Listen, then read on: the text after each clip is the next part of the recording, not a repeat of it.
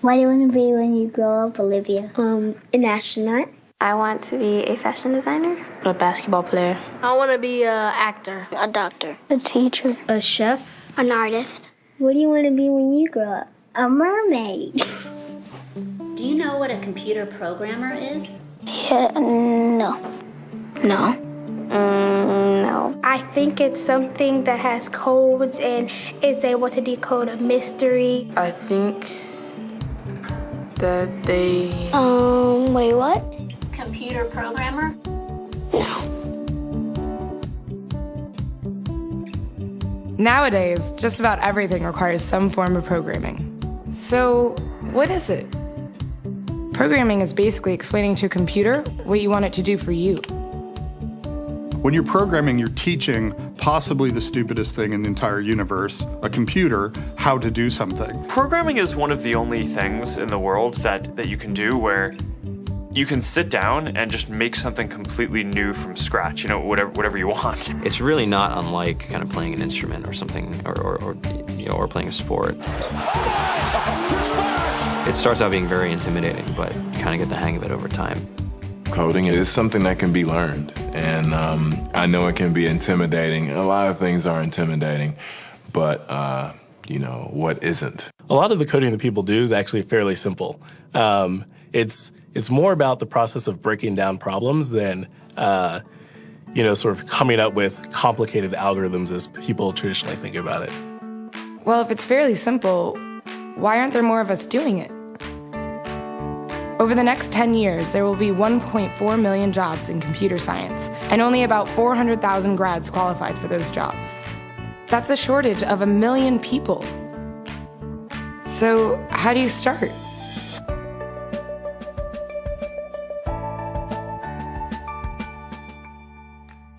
I was obsessed with maps when I was a kid, and cities specifically.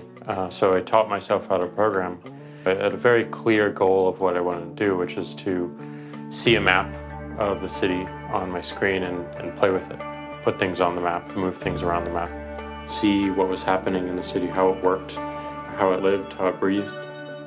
The best early thing was actually using software to decide when the classes in my school would meet, and that put me in a position to decide which girls were in my class. The first program I wrote asked things like, what's your favorite color? Or how old are you? I first learned how to make a green circle and a red square appear on the screen. The first time I actually had something come up and say, hello world, and I made a computer do that. It was just astonishing. When I finally learned a little bit of programming, that blank wall resolved into a bunch of doors.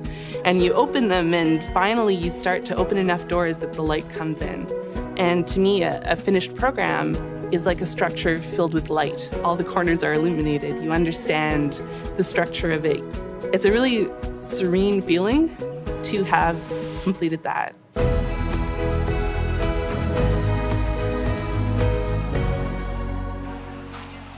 It took me some time to realize that creating things with your hands or creating code, creating programs, is just a different way to express creativity. I think right now there's a big emergence of the culture of making. People who make their own scarves and hats, people who write their own apps. Now it's just limited by your imagination and sort of what kinds of ideas what kind of understanding can you build into the computer so that it can do these things that were previously impossible.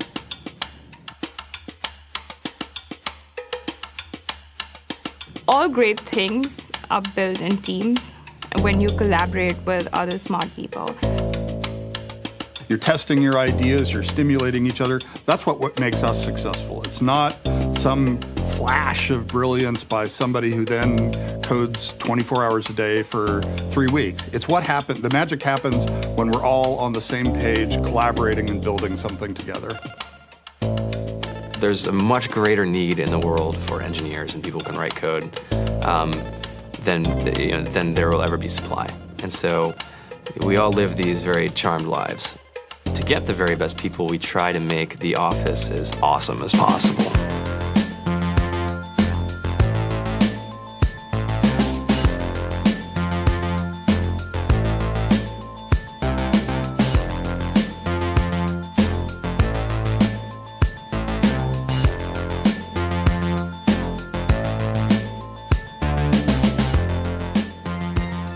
We have a fantastic chef, Free food, breakfast, lunch, and dinner.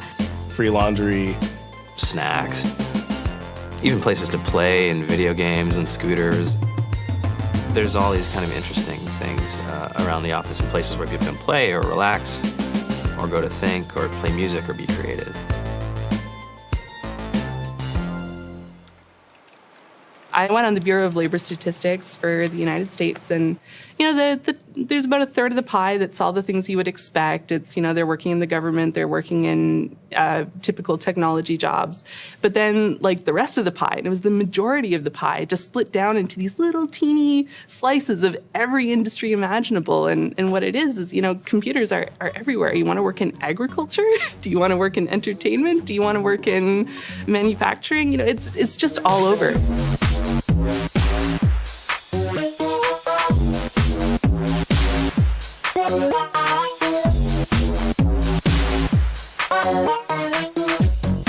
Here we are, 2013.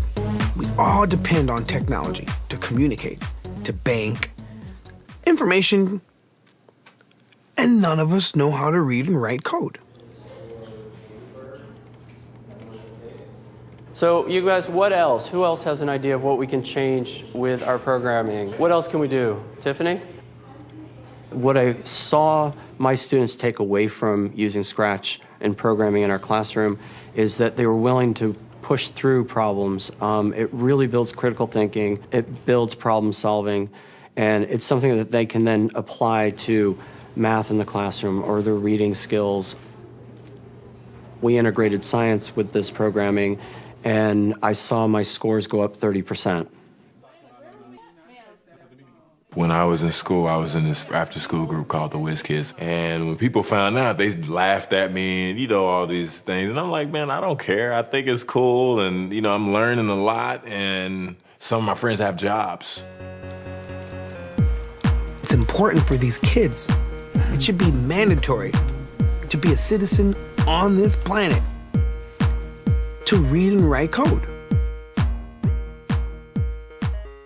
I just think you have to start small, right? And I think that's one of the biggest misconceptions about computer science and programming overall is that you have to learn this big body of information before you can do anything. You don't have to be a genius to know how to code. You need to be determined. Addition, subtraction, that's about it. You should probably know your multiplication tables. You don't have to be a genius to code. Do you have to be a genius to read? Do you have to be a genius to do math? No? No?